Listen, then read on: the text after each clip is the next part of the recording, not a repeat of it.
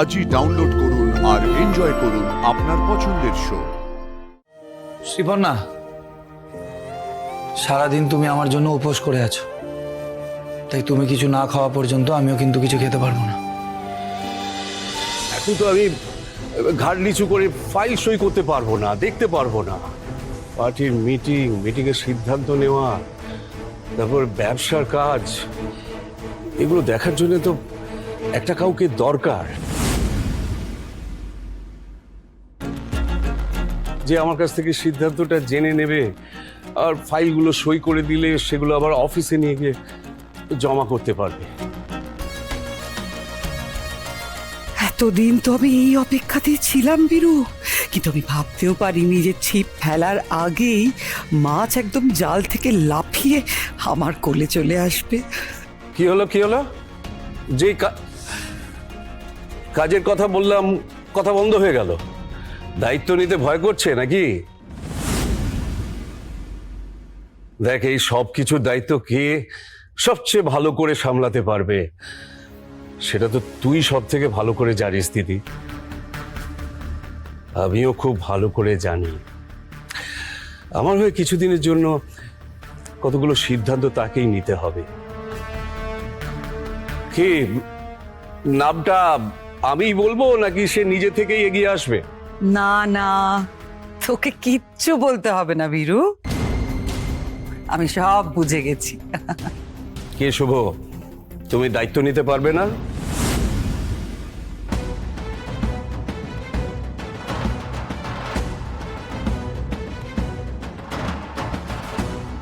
আপনার আশীর্বাদ থাকলে নিশ্চয়ই পারবো স্যার।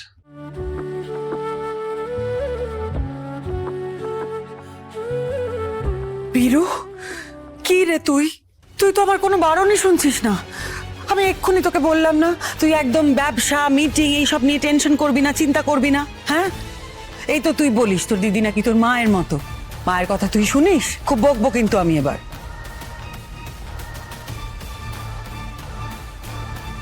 শুনবো দিদি, নিশ্চয় শুনবো। আর তোর আদেশ তো এবারই সবাইকে শুনে চলতে হবে। আর শুভ যখন আমার দায়িত্ব কয়েকদিনের জন্য নিয়েছে, কটা দিন আমি নিশ্চিন্তে একটু রেস্ট নিতে পারবো। শুভ, এদিকে এসো। হ্যাঁ স্যার। আমার ঘরে আমাকে পৌঁছে দাও। আস্তে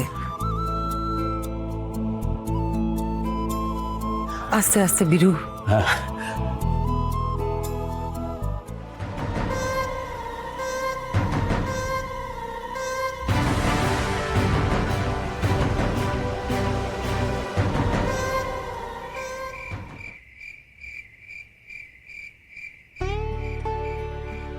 মাসি, মামা কখন আসবে? মামা চলে আসবে তিতলি সোনা, চলে আসবে। বাবা, জলটা নিয়ে যা এখন সব নিয়ে যা। ও মা, মা তুমি জলটা খাও অন্তত। না রে মা, শুভকে নিজে চোখে না দেখা পর্যন্ত আমার গলা দিয়ে কিচ্ছু নামবে না রে। হয়তো শুভ এসে গেছে। তাড়াতাড়ি খেতে দাও, কি দেবে?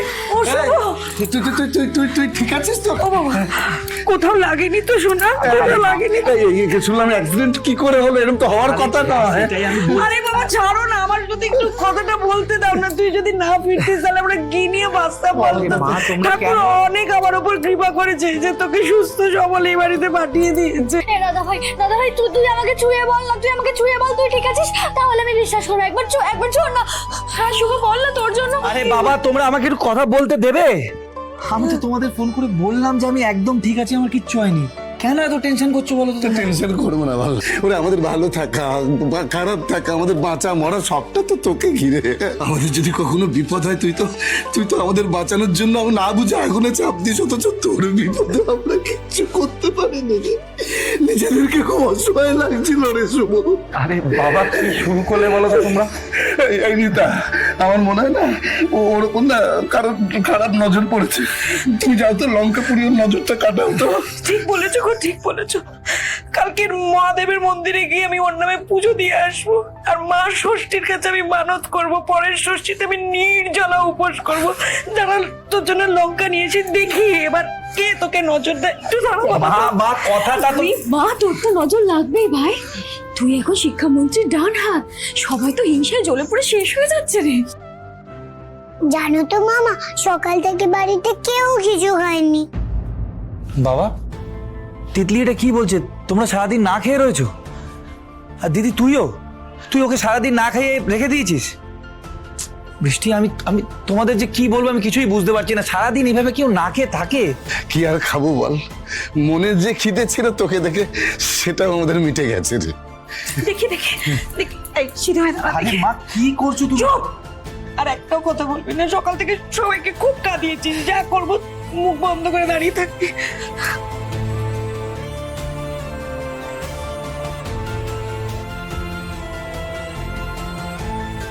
দাদা ভাই, আমাদের মতন আরো একজন তোর জন্য উপোস করে আছে, সকাল থেকে ঠাকুরের কাছে প্রার্থনা করছে যাতে তুই ফিরে আসিস, আর তুই আসাতে আমাদের থেকে বেশি খুশি সে হয়েছে। কে বলতো?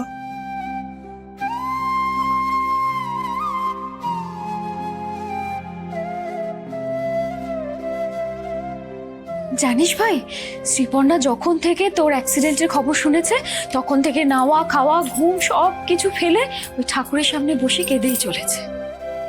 কিন্তু কেন শ্রীপর্ণা, এগুলোর কি মানে আছে? মানে নেই, কোনো মানে নেই। দেখো, আমার জন্য ভাবার জন্য আমার বাড়ির লোকেরা আছে। তুমি শুধু কেন এসব করতে গেছো? এখন যদি তোমার বাবা মা জানতে পারেন যে সারাদিন তুমি আমার জন্য এত কষ্ট করেছো, তাহলে ওনারা কি ভাববেন? সব কিছুর জন্য তো আমাকেই দায়ী করবেন। এই শুভ, তুই ওকে এসব কি বলছিস? আর ওর বাবা মা তোকে কেন দায়ী করবে? ওরা কি জানেন না নাকি প্লিজ দিদি, তোদের? তুই নিজের ইচ্ছাটা না আমার ইচ্ছে বলে চালাতে যাস না। শ্রীপর্ণা, তুমি বাড়ি যাও। কি হলো, দাঁড়িয়ে রইলে? যাও, বাড়ি যাও।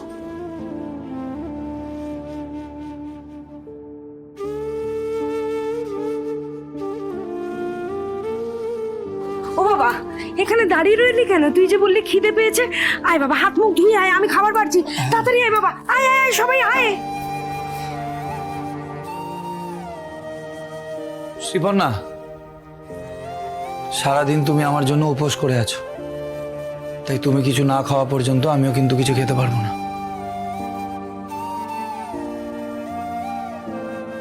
যাও, তুমি বাড়িতে গিয়ে তাড়াতাড়ি কিছু খেয়ে নাও।